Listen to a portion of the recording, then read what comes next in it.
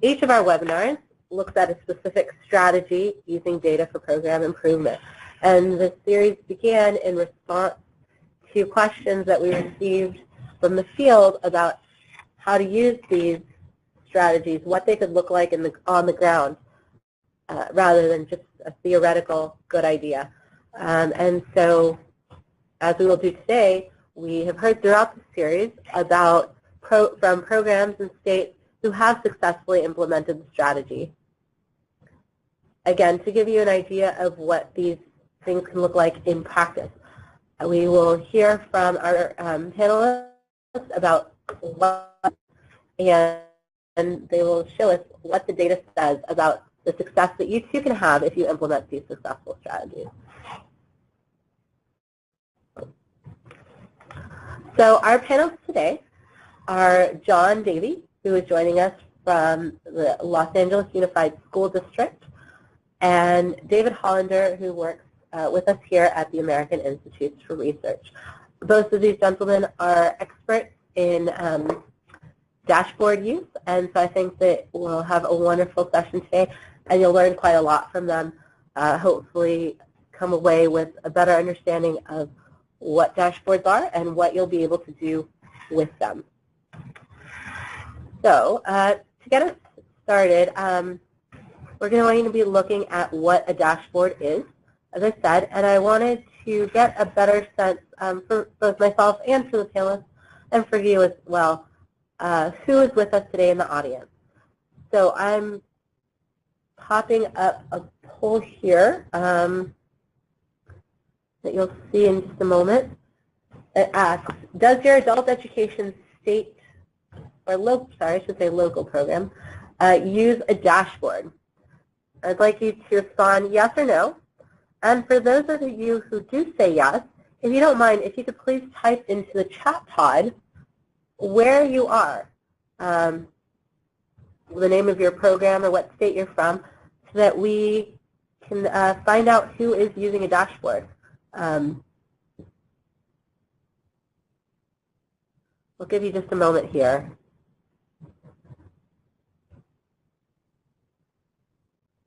All right, so it looks like we have quite a few people who are using dashboards. Okay, it looks like in New Jersey they're using them, in Iowa, Kentucky. And believe it or not, it looks like we're at about 50-50. Half of you said that you do use dashboards, and 50% of you, sorry, 50% of you said that you do, and 50% of you said that you don't. So that's great, and I think that we'll, for both audiences, this will be really interesting and insightful. So, David, could you start us off by talking to us a little bit about the technical aspects of dashboards? What is a dashboard and what isn't it? Sure, Marcella. Dashboards are intended to be a really easy way to get insights that help you answer questions, that help you solve problems or challenges that you're facing. So it's be interesting to hear and maybe at some point we will, about the motivation that various states have for investing the time and energy in building their dashboards. Usually in order to make them worthwhile, there has to be some kind of a purpose behind it. Unfortunately, a lot of times what we see is sort of an initiative to create it and to put some numbers that, well, you know, this one might be interesting, that one might be interesting, but not necessarily anything cohesive or tied to a particular research question or a challenge that you're facing. So, so I would say that's really a key characteristic of a dashboard is going to be that it is purpose-driven. Another piece of it is that it's concise. What you really want to do, the whole idea is to get answers as quickly and as easily as you can. And if what you have isn't concise, if it takes a while to go through, you lose a lot of the benefit in having the dashboard itself. And along with that is dashboards are usually pretty intuitive. If you think of a a comic strip, a lot of times you'll follow from one pane to the next, and you get the point very quickly. Well, dashboards are kind of the same way. The idea that not necessarily in a in a cartoony way, but certainly not in a super detailed way, you're getting just the information you need to make certain kinds of decisions. At the same time, dashboards are usually insight-rich, and in order to make them insight-rich, a lot of times the visualizations become very important. How can I present things in a way, they say that a picture is worth 1,000 words, the idea that you can look at a visualization and learn much more than you might by reading a paragraph of text or even just the numbers by themselves. And then in terms of what they actually report, the dashboards can be used for different kinds of challenges, sometimes identifying what you need to address, what you need to tackle as a group, as an organization, or sometimes you have ideas about what you want to achieve, and the dashboard is going to tell you, give you a basic breakdown of how well are we achieving these things? What are the elements that would lead to our success, and how well are we doing in addressing each of those? Great, thanks, David. So as I said earlier, on the line with us is also John Davies from LAUSD, and he's sorry, John, could you tell us a little bit about what a dashboard has meant for LAUSD, why they decided to, or what they're doing with the dashboard? Sure, thank you, Marcel. So at LAUSD, we produced a dashboard, and David did a great job of describing what a dashboard is. It's a metaphor for the dashboard in your car. So, just to kind of break it down with simple terms, at a glance, you can see everything you need to know about operating your vehicle in your car, or operating your program, school, state education, what have you. At LA, we took it a little bit of a step further in that,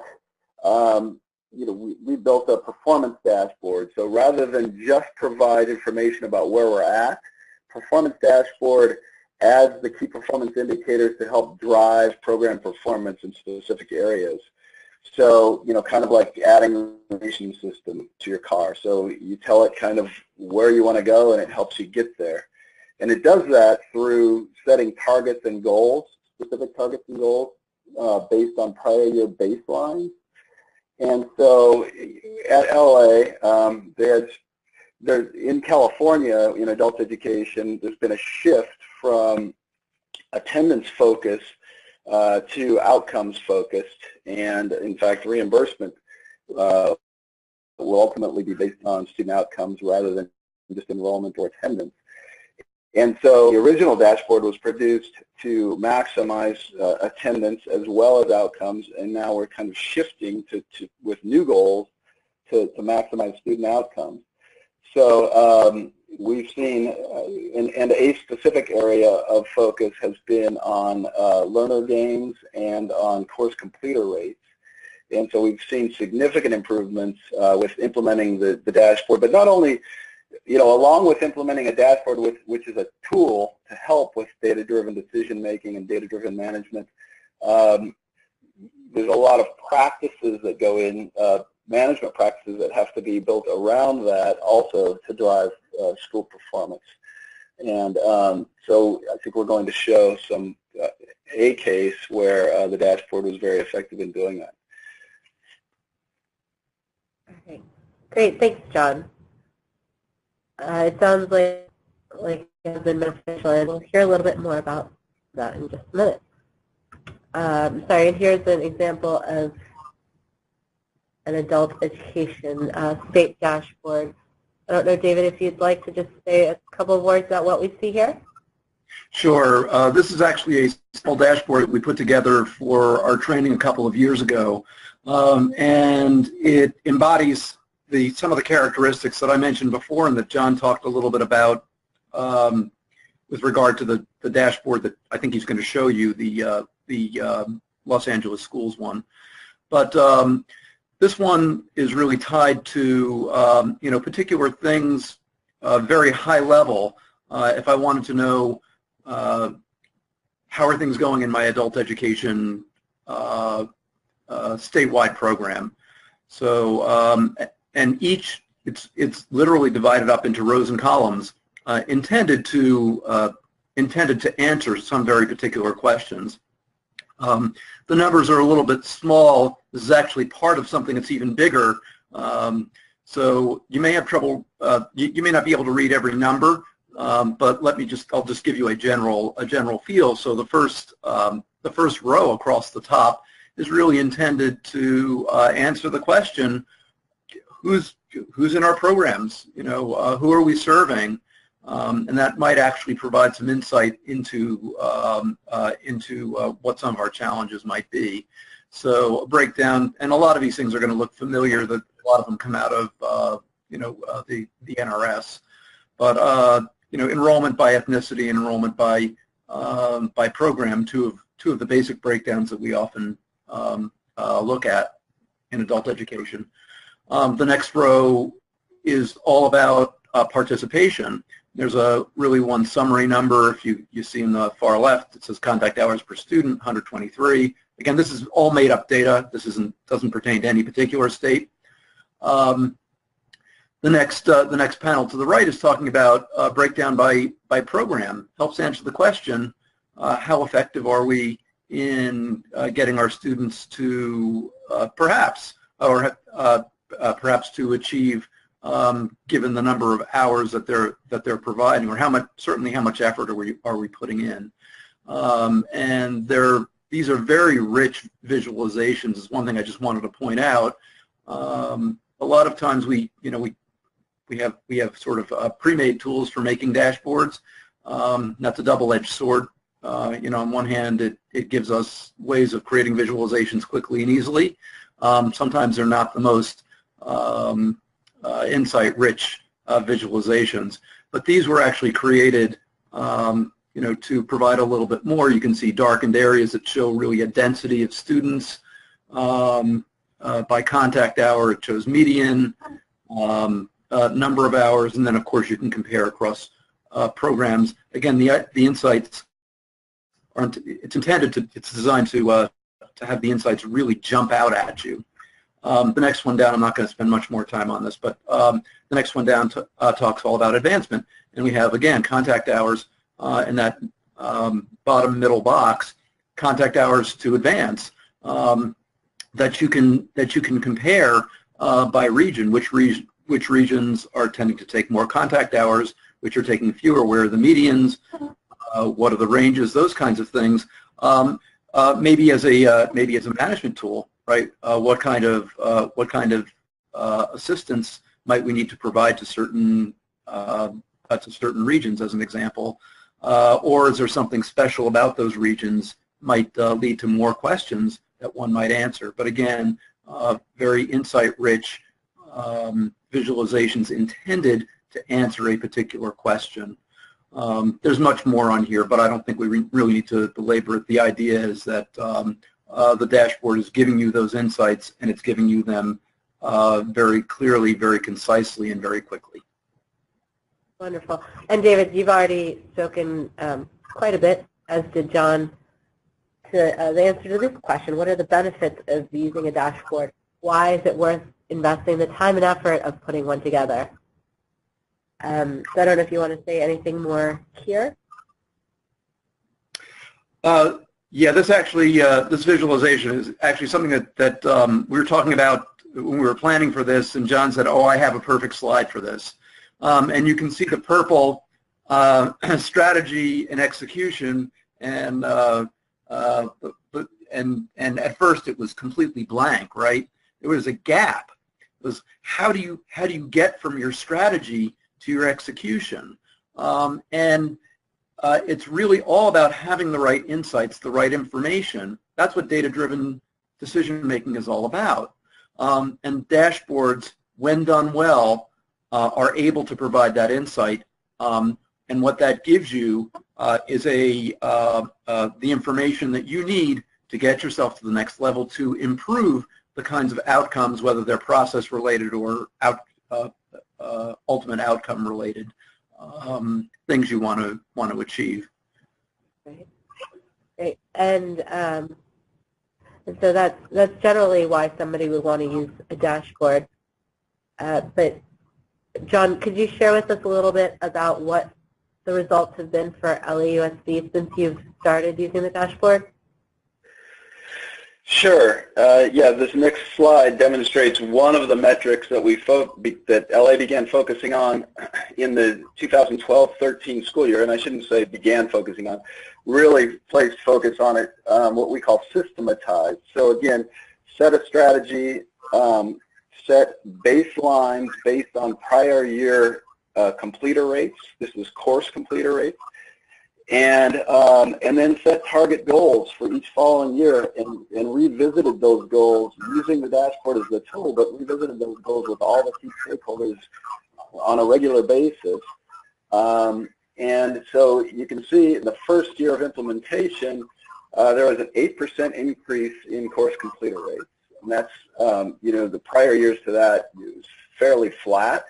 And there were a lot of programs attempted prior years always to improve completer rates. But by creating the dashboard and setting this focus and revisiting the key performance indicator regularly with school principals, school administrators, district level administrators, helping to determine best practices, we were able to ultimately, so far, year to date this year, there's been a 19% increase in course completer rates, and that's over all the program areas, CTE, ESL, ASE, ABE combined. And there were improvements, that first year, just that 8%, I would say the majority of that 8% improvement was operational improvement. Just by placing the focus on those indicators, by setting targets, measuring against those targets, and providing supporting metrics where the school was able to drill down into their data to find, real time or near real time where they may have issues, looking at leading indicators like retention rates rather than just waiting until the end of a course and then generating reports, hard copy reports, and reviewing completer rates. While a class is progressing, you can be looking at student attendance, student retention rates, which are leading indicators for ultimate course completers. So that first year, it was operational, getting teachers to properly identify completers, making sure that students were properly placed in classes. And that was, a big jump there, mainly on the operational side. The follow-on years, the improvements came from implementing best practices, looking at schools, principals, or individual teachers within like programs or course areas that had high completer rates, and learning from that and then implementing those practices throughout the district. So this is just one example. In most areas, when you place a focus on a specific key performance indicator, you're going to see gains fairly quickly. Just human nature. People are competitive. When they know that management is watching certain areas, things tend to improve. So did you want to, for me to jump into the demonstration here, or did we want to move forward further before we demo the LA dashboard? We'll just hold off on just a minute. We also have a couple of questions that have already been posted. If anyone else in the audience has additional questions, please do feel free to type those into the chat pod, and we'll ask those of our presenters as we go through. David, can you share with us the response to this question that we had? What is the advantage of using dashboards as opposed to providing data in reports and tables? Oh, yeah, that's a pretty common question. Reports have a tendency to present things in prose, and therefore they have they take some time to get through. They are, often you're going to have to read through to find the information that you might want. If you think of it in terms of, having to go through an entire process, maybe to get to what you want, dashboards, the intent is really to be able to zero in on the thing that you want, get the information quickly, and draw whatever conclusions you need to draw. So not only is there more information, but it's easier to see because it's visual. It's easier to zero in on just what you need at a given moment. Great, thanks. And John, is there a reason that you at LAUSD chose to do a dashboard as opposed to a report with tables? Sure. Yeah, so I've been, in technology for schools for 30 years, and back in 2007-8, as a consultant for LA, a large portion of my job was in creating ad hoc reports. And any time there's a new initiative, we're creating new reports.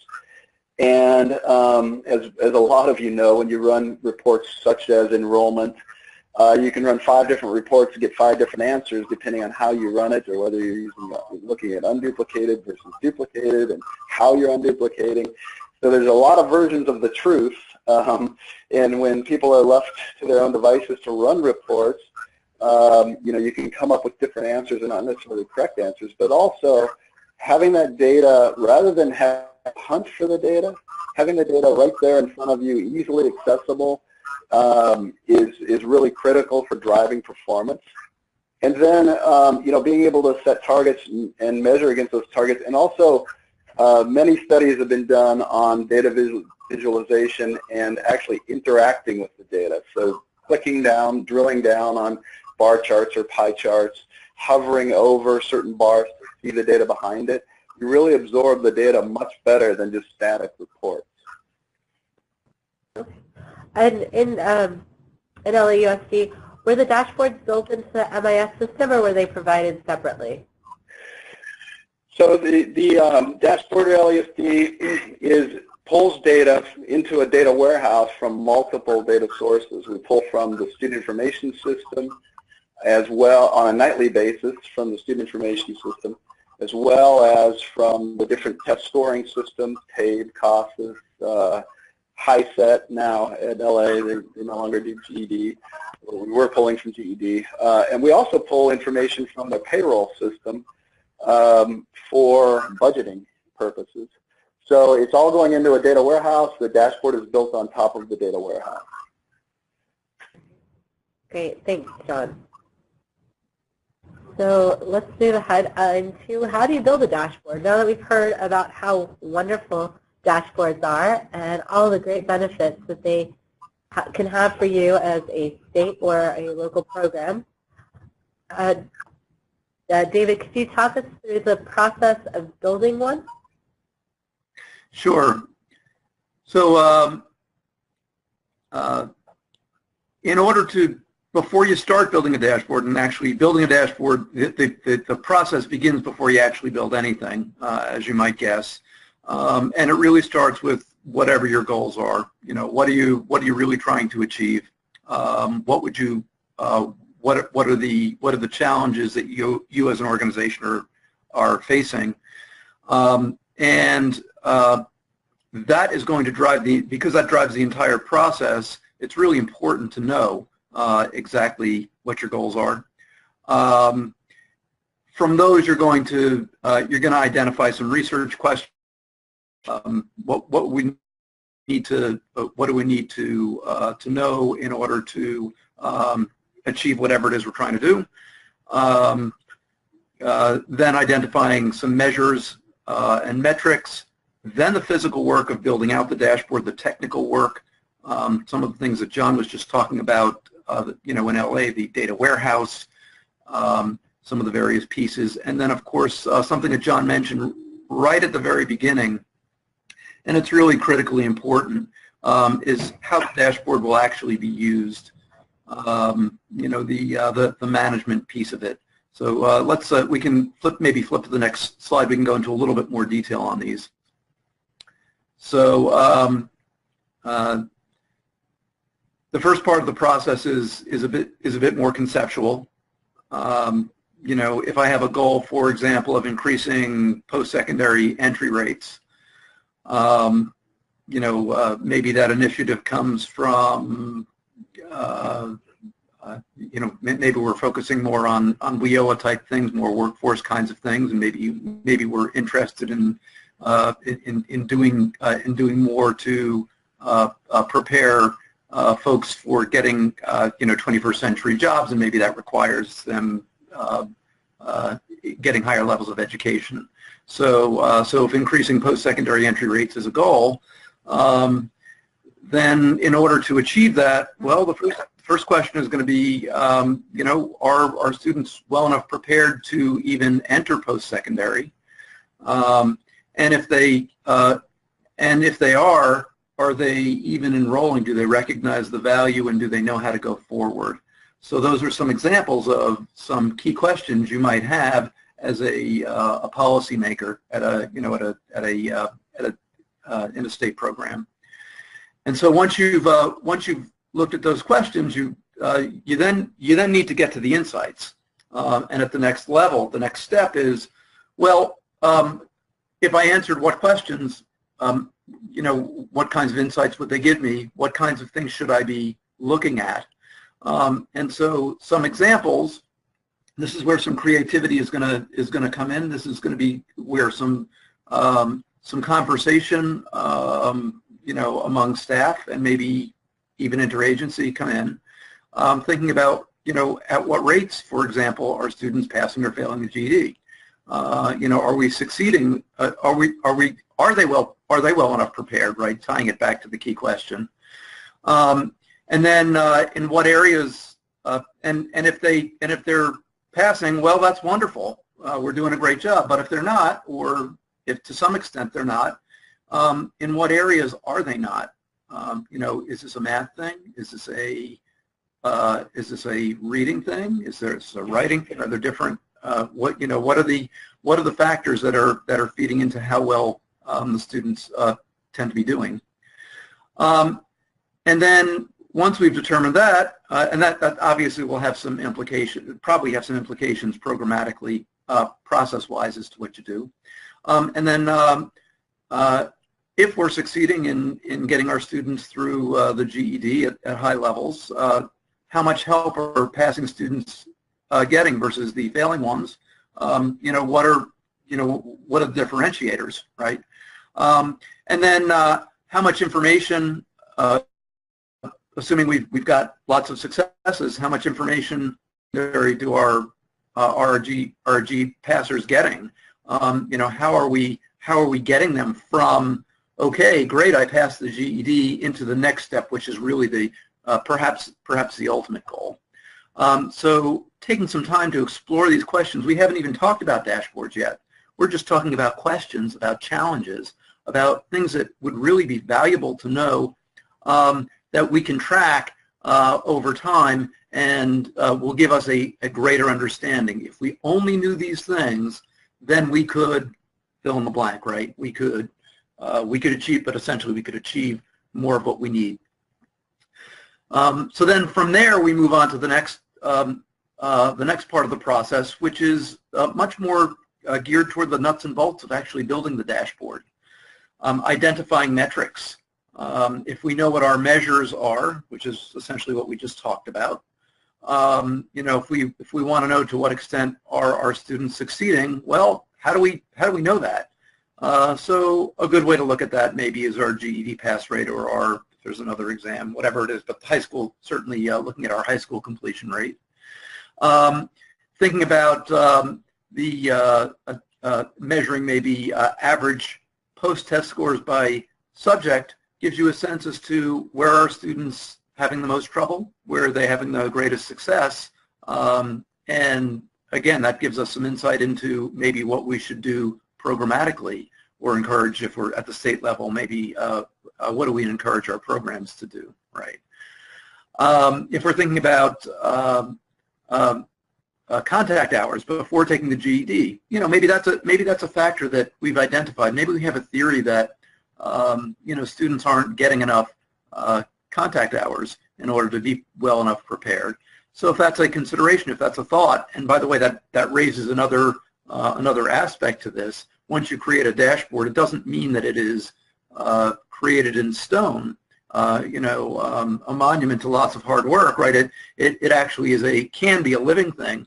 You might identify measures and metrics that you think are going to be valuable, and it turns out, well, maybe we need to go back and review and look at those. That's a little bit of the management side of it. I'm assuming John is going to talk a little bit about that, especially in the context of LA when he shows you the demo. And then things like responses to questions during post-exit follow-up. Everything may not be in NRS. It may be that as a state you want to again encourage programs to ask certain questions about students' experience and where they are and whether they're thinking about post-secondary, and that might be a standard question that is asked to students who have separated from the program, right? So if that's a part of the process, that might be some additional information that you decide that you have to collect in order to get the information that you need. Information can come from lots of places. So from there, once you know what your metrics are, well, it's time to build a dashboard. Oh, and one other thing, in thinking about the metrics that you're going to use, you might want to think about the data that you have available and what it can tell you, how it can help you answer those questions. By those gaps, those places where, gosh, I wish I had more data so that I could answer, something else. Or maybe creative ways of getting at the same information given that you're limited in the kinds of data that you have. There's a lot of creativity actually in this, or can be, and collaboration, working with other folks and getting their ideas on how best to get at this, as well as working with a good data analyst. We're really going to help you understand. And we still haven't built the dashboard. The next step is actually building out the dashboard. Once we know what those metrics are, those metrics that are going to help tell the story, that are going to provide those insights, then we think about the visualizations that we want to put together in order to communicate those, again, quickly, concisely, and something that John mentioned, consistently, right? So if you're getting monthly updates or semi-annual updates or whatever it is that you decide that you need, that you have it, you can get that information quickly. They could even be daily updates, right? When you're drawing data from a live system, but that's really depends on what your need is. Anyway, the idea of having visualizations that really get at those KPIs that enable you to see almost at a glance where you stand. You spend more time solving the problems, less time trying to understand them. And then, so those visualizations, the density, all the things that, if you read a book by Edward Tufte, he's a guy who's done a lot of writing. He's sort of the father of modern dashboards, I guess people think of him that way.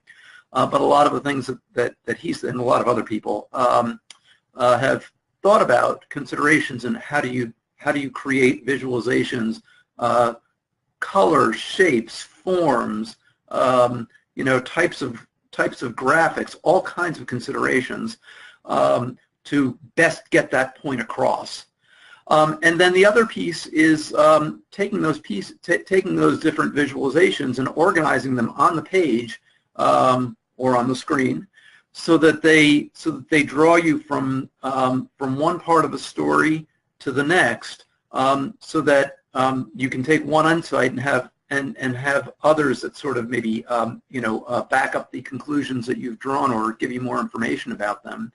But but organization on the page in a way, we do a lot of, when we build websites, I know this is not a discussion on building websites, but when we build websites, we do a lot of thinking about how to organize pages to improve usability, to improve the way people actually get information, can draw the most information from whatever it is we've put together.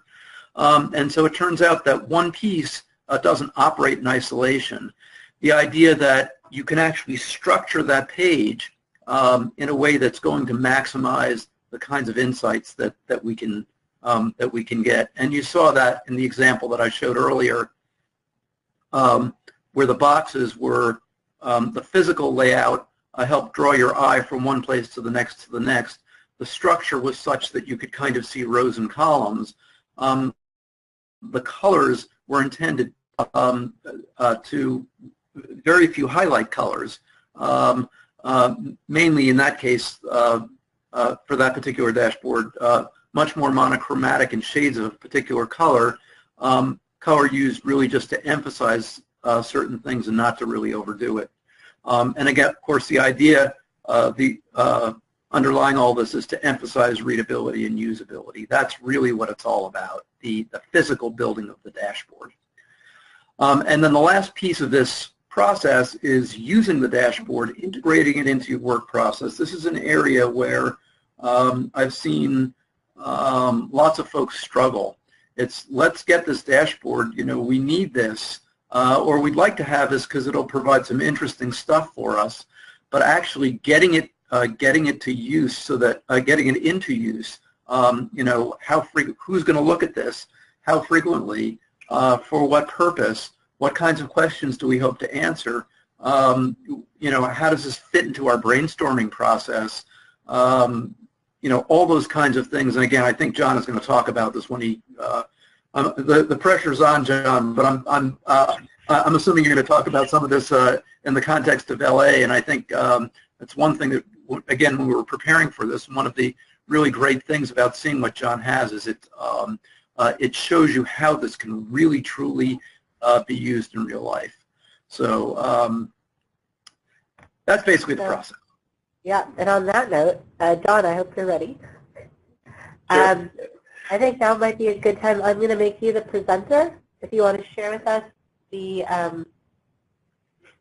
screen and show us your dashboard that we've heard so much about already.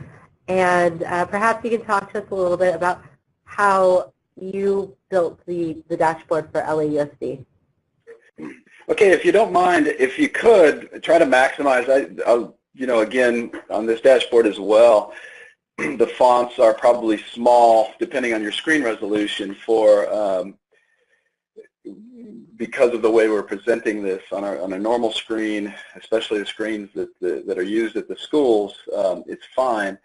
And Dave did a great job of explaining, defining, what goes into building a dashboard. One thing that I would recommend there is wireframing as well, because while the intent of the dashboard, and depending on the tools you use to build a dashboard, you should be using tools that are nimble, so they can be easily changed and evolve. You want to keep the dashboard fresh and evolving with new information to drive, to continue to help drive performance and provide the data necessary, but also to drive people to it, to have it be used. But that said, much better to have key stakeholders involved in the design and development, and to wireframe how you want the dashboard to look before you actually go into building it. So we storyboarded out the entire dashboard originally before we built the original dashboard. So this particular screen, we have at LA, there are probably 30 different dashboard screens intended for, in some cases, different audiences. A dashboard is used not only for downstream and driving performance downstream, but also upstream. For instance, and the dashboards themselves can be used to be viewed in many different ways. So the assistant superintendent of the adult division at LA Unified has a 50-inch plasma on the wall of her office with the dashboard constantly on the screen, looping through different screens. Also, when you get off the elevator on the 18th floor at LA Unified, there's a dashboard screen above the receptionist desk. And, to really drive that point home that we're focused on data and we're paying attention. But also, upstream administrators, the superintendent's office has access to the dashboard. So when goals, KPIs are set, and both up and downstream, everybody's aware of what our targets are, our goals are, very effective in helping drive us towards those goals. As much as possible, in order for a dashboard to be effective in helping drive performance, you can have informational dashboards which show your current enrollment and breakdowns by ethnicity, et cetera, and that's great, and there's a real need for that. But we took it a step further with LA, and we truly wanted to drive performance through this tool. And to do that, it's best to have key performance indicators that with targets that are set, and a target is typically a ratio of different metrics. And then, with that specific target, are we on target or not at a glance? So just like we were saying with the metaphor of the dashboard in your car, here we see gauges that, David would probably say are taking up a lot of screen real estate, and, aren't showing a lot of information, but boy, at a glance, we can see whether we're in the green or in the red. And, again, as much as possible, that's where you see, effective management and effective focus on specific targets. So depending on who the user is logging in, they can see different sets of data at LA. In other words, school principals, originally we had it so that school principals could only see the data with regard to their school, and then aggregate data for district-wide. We've recently opened it up so that principals can see all data for all schools from their own requests, because they wanted, again, for best practices purposes. It's been very beneficial for them to be able to see what's happening at other schools and with teachers or classes in other schools. So, so real quickly to describe this dashboard, I'm going to show just a few of the dashboard screens. This particular dashboard is related to budget, and then I'll jump into one that's probably much more familiar to all of you, which is a big focus here in California and specifically in LA, related to learner gains and course completer rates. Critical to have the dashboard be kind of self-documenting. So all of our dashboard charts, we hover over the chart, you can see detail behind that chart, a description of what that chart is showing you. As David said, as much as possible, you want to be able to glance at the chart and know what's there. But some of these charts are, especially with gauges, are a little bit more complicated.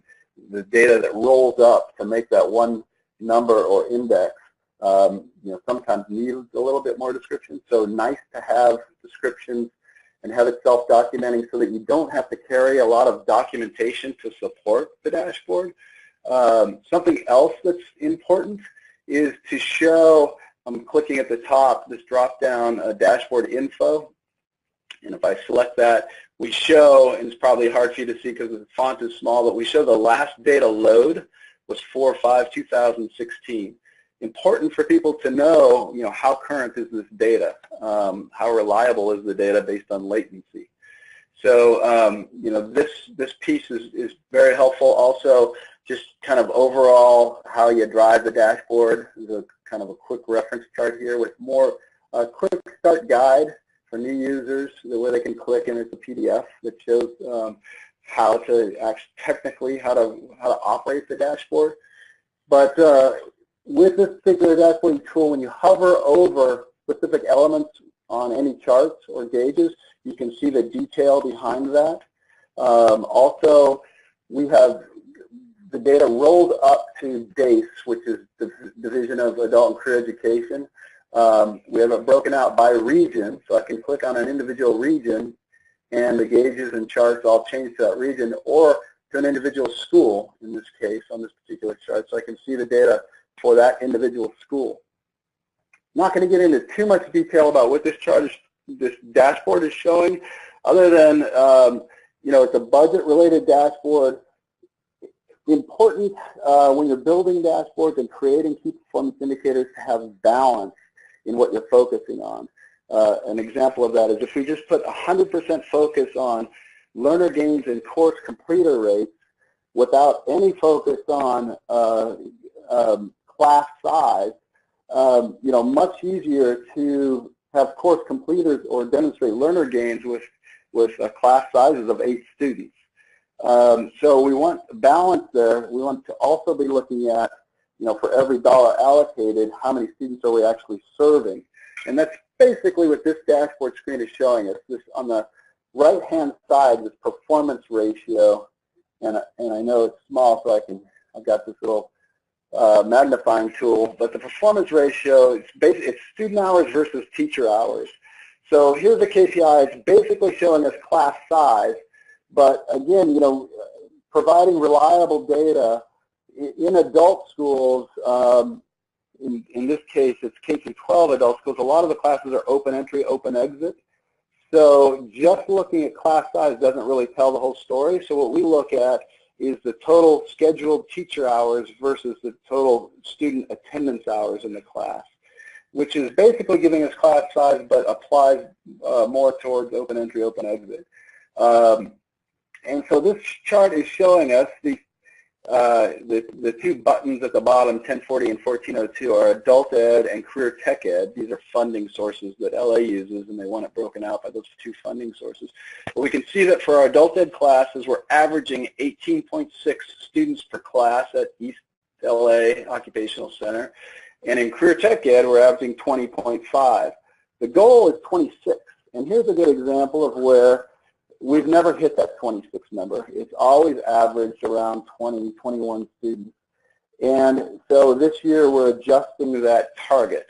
It's very important to have targets that are achievable, and we've been very good about having targets that are achievable, but this would be one example where we probably haven't, because that average class size of 26 students has been the metric for years and hasn't changed, even though they've never hit it.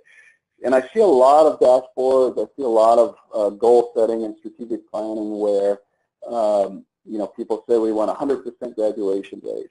Well, that's great for like an ultimate goal, but again, very important to baseline and then set realistic year-by-year goals and revisit those goals and change them. So again, this particular target we are going to revise this year, and actually we're breaking it out specific to each of the program areas, because you can have much larger class sizes from what I'm told. I'm not an educator, but in ESL classes versus some CTE classes, like a nursing class where they're capped at 15 students.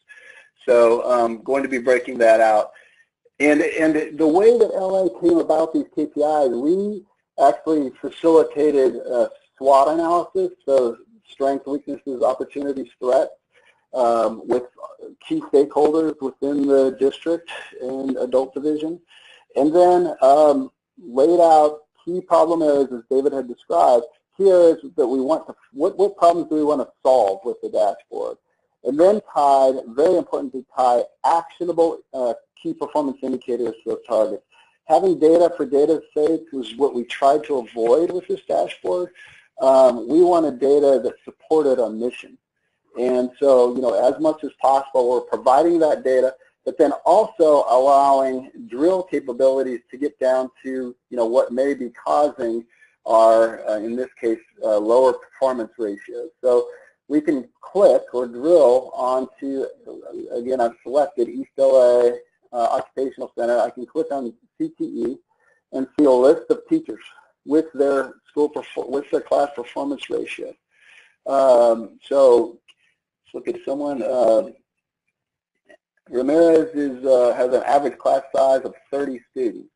And again, we can drill even deeper and see the breakdown of each of the classes for Mr. Ramirez and each of the classes that they're currently teaching, with a breakdown of the total enrollment, the attendance hours, the completer rate, the leaver rate, the student retention rate.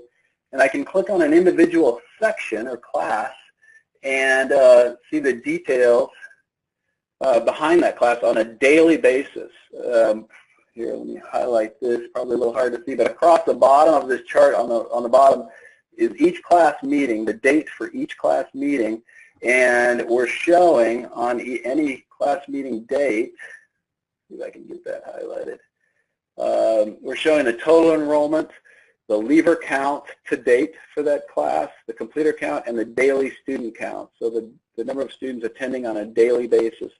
So, you know, going from high level of, you know, how we're doing against our key performance indicator, all the way down to, on a daily basis, what's happening in the classroom. Huge, very, very helpful tool.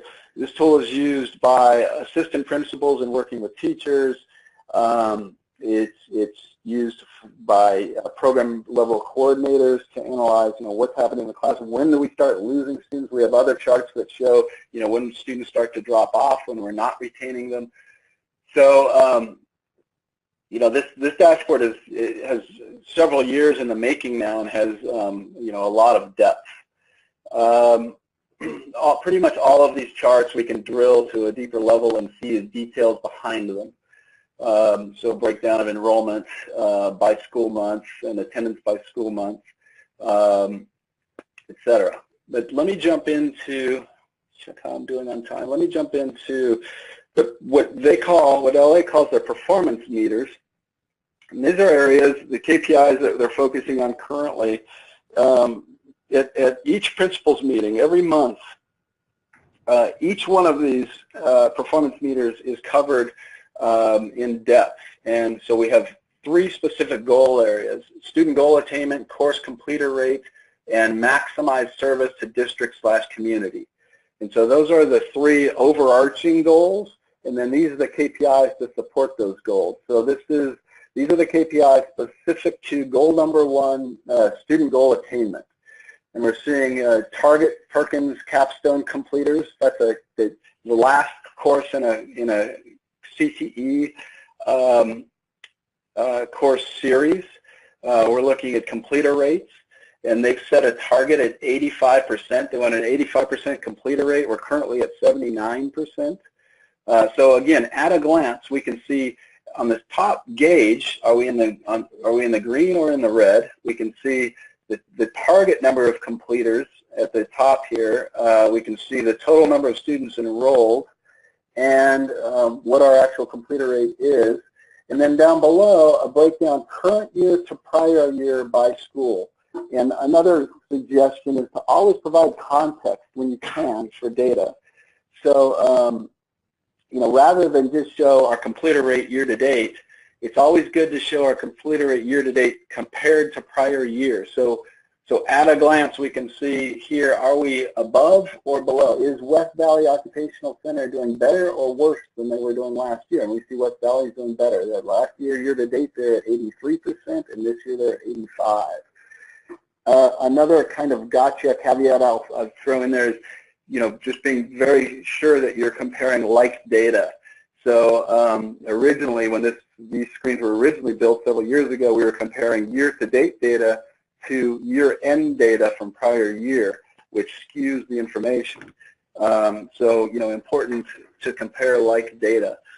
But so again, we're seeing, you know, school administrators and individual schools can look at the screen and see, number 1, this is base total here on this line. So are we above the division average, the adult division average, or are we below? Is my school above or below? And they can drill from here down into deeper levels to the class, the teacher, and see the completer rates for each of those. The other 3 charts on the screen are the WIOA learner gains. This data is coming from CASAS. So the SIS data is loaded nightly into this data warehouse that feeds the dashboard, or data mart. The CASAS data is loaded less frequently, weekly, I believe, currently. But what we say is in-time data instead of real-time data. It's in-time data. In other words, as much as possible, you want data that provides leading indicators. You know, just looking at completer rates at the end of a class doesn't help you with what's happening in that class currently. So a leading indicator for a course completer, for instance, would be student retention, also student attendance. You know, when student attendance is the #1 indicator of completers. So if student attendance starts to drop off, we may need to intervene in that class, see what's happening. Why are we losing students? If there's patterns with students dropping off at a certain point, maybe curriculum needs to be modified, et cetera. And then also here, what we're comparing here with the level gains, in this particular case, we're comparing of the students who have paired tests, a pre-test and a post-test, what's the percentage of retaining gains in ABE, ASE, and ESL. And then again, the breakdowns by the individual schools. We can go to the course completer rates, which is goal #2, and see the breakdown based on specific targets, and both of those things have specific targets set of where we want to be, and are we in the green or the red. We see we're doing, I'm sorry, back on this, the WIOA level gains, we can see that in ASE and ESL, we're at or above, almost at or above our targets year to date. And with ABE, we're a little bit below. Now, again, this is another area where LA has continually improved every year, year over year, on their level gains. And so every year we adjust these targets to just stretch that improvement a little bit and make changes, you know, in the classroom, outside of the classroom, operational, to help drive this, to help move that needle to the right. Just real quick, and I know it's kind of long-winded here, but wanted to show the course completers. This is what, this chart here is what helped drive the course completer rates up 19% since 2013. And, you know, again, adjusting these targets in each of the program areas. LA uses SBS for, that's secondary basic skills. It's ASE, basically. And EBS is ABE. And so, again, breakdown by school, I can hover over, kind of telling the story and seeing a lot of information in one chart. I can hover over the division average and see at a glance which schools are below the division average in each of these categories and which schools are above. And both schools that are, this shows a lot of information, actually provides a lot of information for school level administrators. They see, number one, that the targets are achievable, that other schools are above, you know, completer rate averages above the division average. And boy, if we could just get those schools who are below any category to be at or above, you know, those needles have moved far to the right. But again, telling the entire story. So we're looking at current year to prior year. If I select an individual school, let's see here, it's a good one. So we'll look at ESL at Harbor Slauson, I guess. So drilling down, I just clicked on that bar chart, and this is going to drill into. And by the way, the data warehouse has 2.5 million students in it. LA prior to budget cuts a few years ago was serving 450,000 students a year in adult education. So this data goes back to 2004, I believe. So there's 2.5 million student records. There's over 1 billion daily attendance records in the system.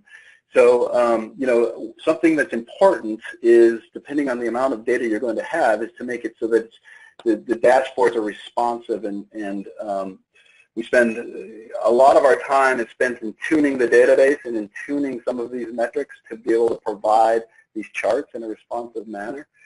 But so the chart at the left is showing us the course completer rates by section in ESL, by teacher, current year to prior year, and by individual course. I'm sure some of you will recognize those courses.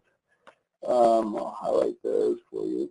Current year to prior year. So how we're doing with course completers in each of the ESL levels.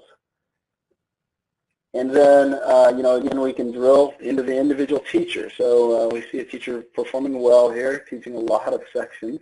And we can see all the detail about each of their classes and, again, on a daily basis, how we're doing with attendance and enrollment. Lots of different charts to serve different purposes.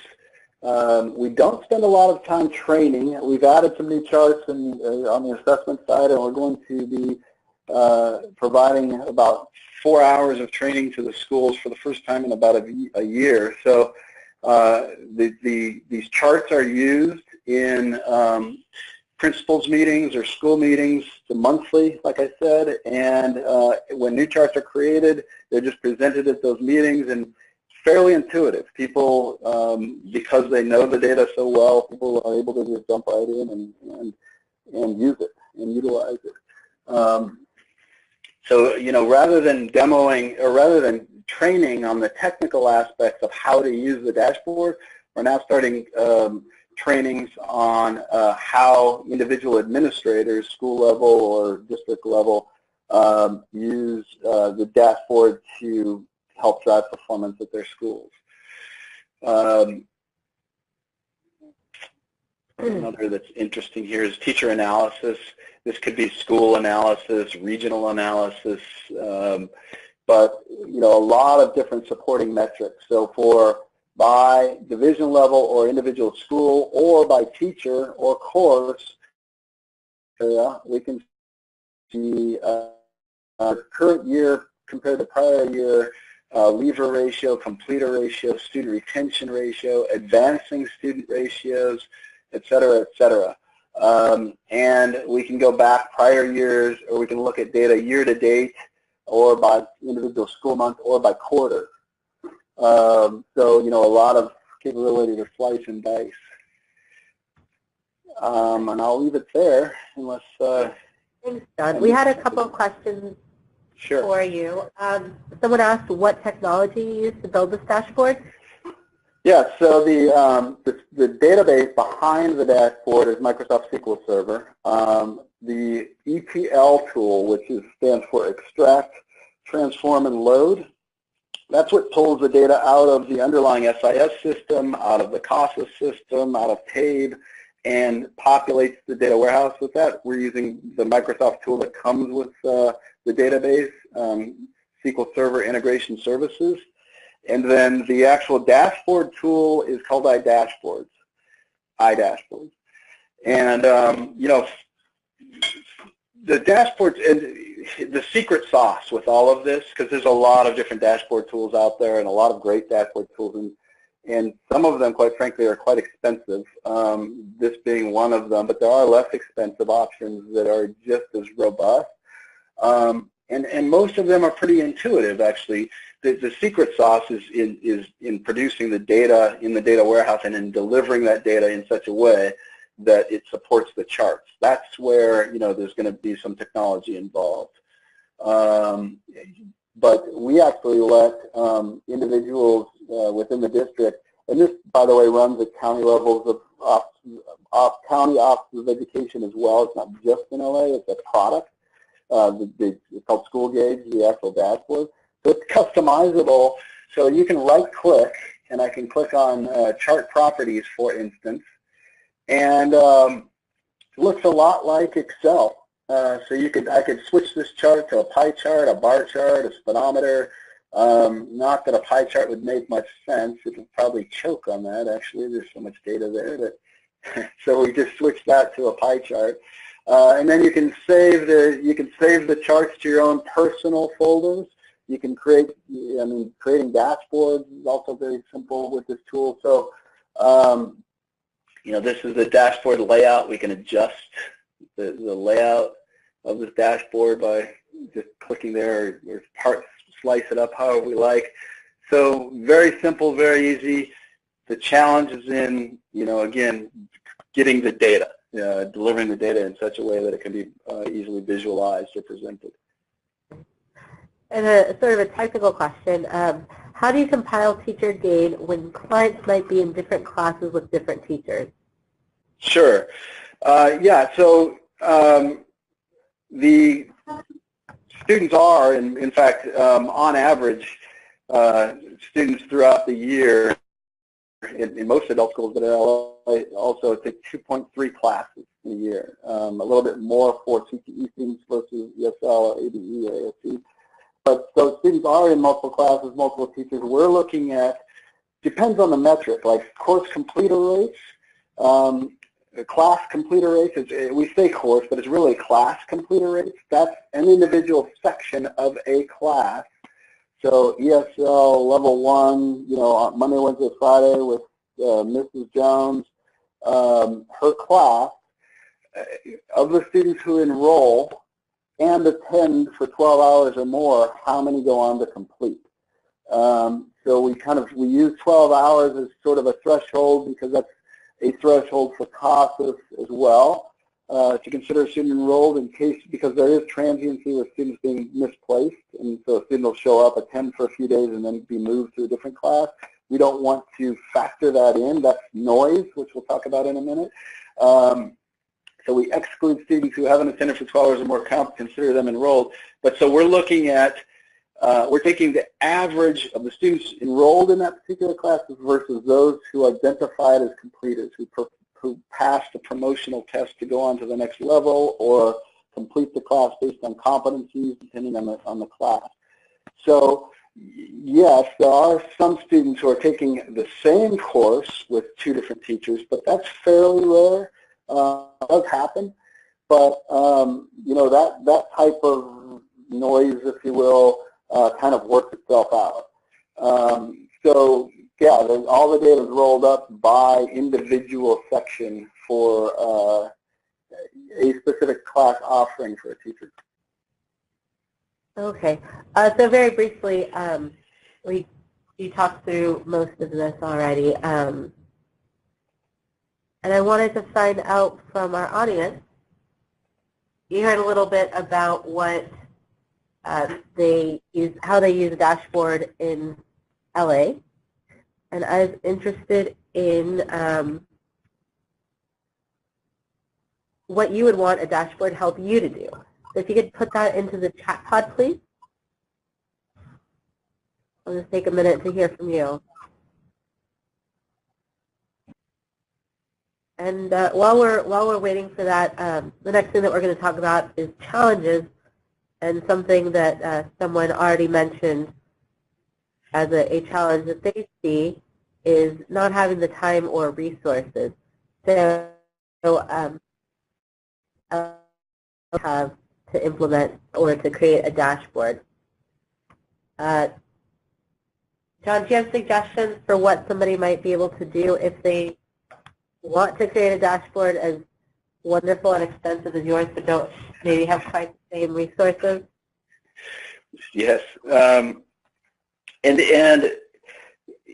you can start small, first of all, and LA didn't. And I'll say that, you know, LA, well, not even just specifically LA, there's been very large-scale state or district level dashboard development efforts that, you know, are in the millions of dollars. That wasn't the case with LA, much less expensive, and this has evolved over many years. So, but yeah, you know, start small, pick a couple of KPIs, 3 or 4 KPIs that meet your needs. Bring somebody in from the outside if you need to that's done it before, but that is a challenge as well. And I would caution, you know, it's very important that if whoever works on this, and we're going to talk about that, I think, a little further down, but whoever's building the underlying data warehouse and dashboard needs to really understand school data or your data, because a lot of projects go sideways when you know, consulting companies are brought in, or IBM or Oracle, folks who understand analytics and understand business but don't necessarily understand schools and how that data relates. So if, you know, important to have somebody working side by side with them that fully understands the data. If you don't have IT resources that can build this out for you. And also, you know, with the NRS data feed, a lot of data is already there. You know, we're pulling from a lot of different data sources, but just starting with what you have in NRS, there's a wealth of information there to be had, which is pretty readily available. But you know, again, it isn't. If you're going to go, you know, full scale, it can be expensive. I think the original build at LA was outside of the tool itself was about 30,000. The tools, the database and the dashboard tool was about $30,000. But again, that's a data warehouse dashboard to support millions of students. You know, on a smaller scale, that gets less expensive. And I think the development effort was about 6 man-months. So about 6 months of full-time. Okay, well, thanks. And we'll, as you said, we'll talk about that a little bit more in just a little bit. I wanted to share with you some of the responses that we received. Some of our audience members would use dashboards to highlight areas of low performance and possibly drill down to find what the root cause was. Someone else says they like the idea of comparing the breakdown of instructional hours, student hours, and completers. Someone else mentioned using it for level gains, completers, average hours of attendance before taking HSE. In another program, they would use it to show data at a glance and make it easy to show how close they are to the goals. Important. Sometimes people need that motivation to keep going. If they think it's too far away, they might not think that it's possible. Another program, they said that it would be helpful to lead programs to increase performance, to guide them to see where their problems might lie. Great. So hopefully you're feeling motivated and wanting to design those dashboards that will help you to answer those questions that you all mentioned already. Of course, there are some challenges in creating a dashboard, and but I'd like to talk a little bit about those just so that you know what you're getting into. David, can you talk to us about the technical aspects that people might find challenging in getting that developed? Sure, and this also speaks a little bit to the question about resources. And as impressive as the dashboard that John was showing is, you can do things much more simply. Some of the dashboards that I've built, in fact, most of them have been for smaller projects that require, you know, that are not flush with resources, and Excel does a wonderful job. It's not really so much the tool. It does depend upon the scale, of course, as John was saying. But the other thing about the tool that John was describing and demoing, I really characterize that not so much as just a dashboard. There are dashboard elements, to be sure, but maybe more like a system of dashboards that are interconnected. And so if you are, you know, if you're strapped for resources, really focusing on, and this is really the one of the key challenges, is keeping your focus on what's important to you, what you really want to know, so that you don't necessarily have to go all out to get those answers. So if you're thinking about what those are, you know, and you've got your NRS data, you know, just updating a dashboard periodically, as simply as something in Excel, can do the job for you. But the key thing is understanding what are your questions, what are your challenges, what do you need to know, who needs to know this, how you're going to use it. Another piece is identifying the metrics that truly answer those questions, trying to go beyond the things that we always look at, right? The very high level. One of one of the things about dashboards that makes them insightful and useful is how you aggregate or segment your data depending upon the situation. One of the things that John showed in his example is how by segmenting the data you really began to get at where the key issues were, where the insights were much more at detailed levels. And so by thinking along those lines, are you addressing your challenges from a regional perspective? Are you from a program perspective? From a socioeconomic perspective? From an age perspective? Thinking about the kinds of metrics that are going to give you those insights. And that is one challenge, determining how best to get at those. Another challenge, and something that I've seen in a lot of dashboards, a lot of examples of dashboards, are the visualizations. Often don't communicate effectively, and so thinking carefully. And again, it's the cost of taking time to think. It's not so much the cost of taking time to to implement a large, wide-ranging system. How best to present the content that you've got. Another is how you're going to get and update the data. That's sometimes we have wonderful ideas of things that we would like to know, but of course, if we don't have the data, it's nothing but a great idea. So thinking about how best can we get the data that we need, and in your thinking about how the kinds of questions that you want to answer, bringing the data into that conversation, at least tangentially, so that you know that what you're planning to do, what you're planning to build, is attainable. And then something again that John talked a lot about in the context of LA is really implementing, using your dashboard for data-driven decision making, not just letting it be sort of a reporting tool that gives you what I would characterize as interesting information. You really want it to be something that is giving you actionable information, and that you're using it as part of your work process to make changes that you can then come back and look at, will be reflected in the metrics when you come back and look again, so you can see the kind of progress that you've made. Great. And so I just want to launch one last poll.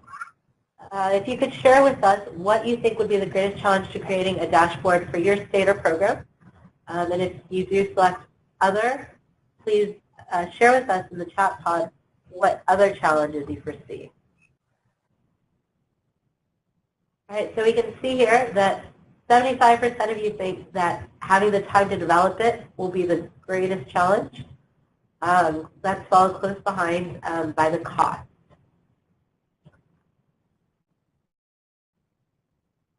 I think that those are very valid concerns, but hopefully you'll have seen through this webinar that it might be worth the investment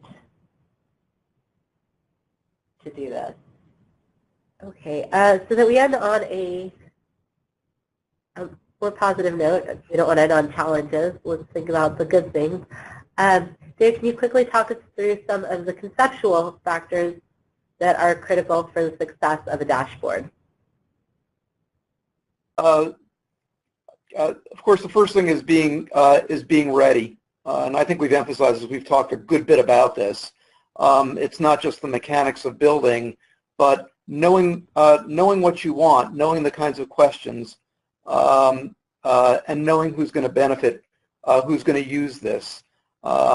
If you have that, you've got the basis for building something, creating a tool that's really going to help you move to the next level.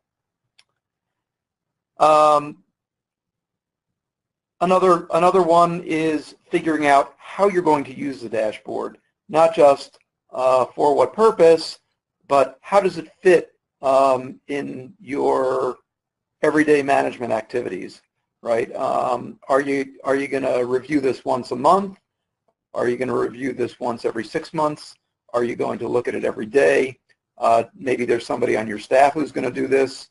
You know, what happens when you identify a particular challenge? You know, how do you get to the, how do you drive the idea of data-driven decision-making within your organization, actually using that information to raise more questions that you may actually have to go beyond the dashboard to answer, you know, maybe more ad hoc questions and so forth, but knowing how you're going to use it and how you're going to integrate it and making it part of what you do, really a very, really a critical piece, considering that this is an investment. Great, thanks. And then here we have some mechanical, or some of the mechanics that are critical for the success. And John, could you speak to these and perhaps embellish them a bit on some lessons learned through LAUSD? Sure. Yes. I mean, we've covered most of this.